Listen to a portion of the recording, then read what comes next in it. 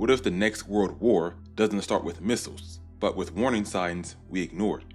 History shows that global wars almost never start suddenly. Before World War I and World War II, countries experienced the same pattern: rising prices, economic instability, growing political tension. In early 1900s Europe, nations were competing for power, influence, and resources. Rivalries kept building for years. Then, in 1914, Archduke Franz Ferdinand was assassinated. That single event triggered a chain reaction of alliances, and the world went to war. But here's the key: the assassination didn't create the conflict. It only sparked what had already been building. And that's just the first warning sign history shows us. In part 2, we'll look at how governments prepare people for war without them realizing it.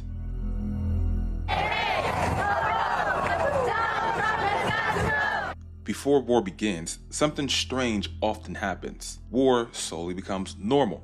Governments and media began shaping public opinion. Before World War II, propaganda was everywhere.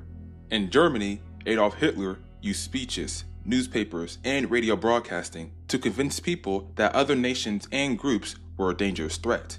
The more people heard that message, the more war began to feel necessary, even justified. When the population believes that conflict is the only solution, leaders suddenly have more public support for wars. But there's often another step, right before conflicts start to escalate. It starts with something most people don't notice. Part 3 explains why language might be the biggest warning sign of all. The sun may have set over our city this evening, and later moved west, all the way to Hawaii in search of opportunity. Sometimes war don't start with the word war.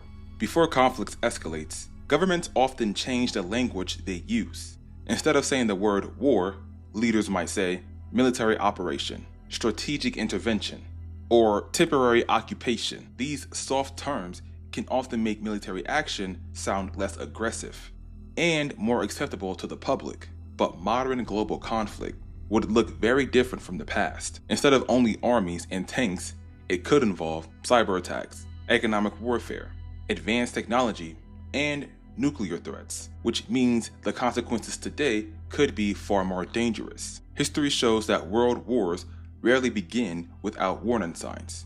Would we recognize those signs today?